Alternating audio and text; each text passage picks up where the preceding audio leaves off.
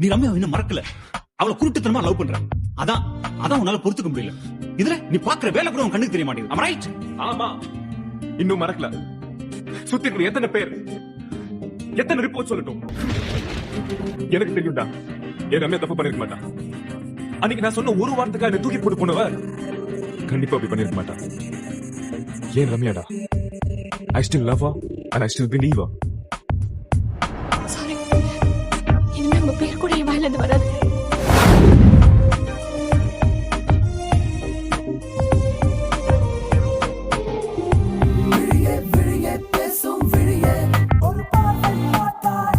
மழையே மழையே நெஞ்சுள் மழையே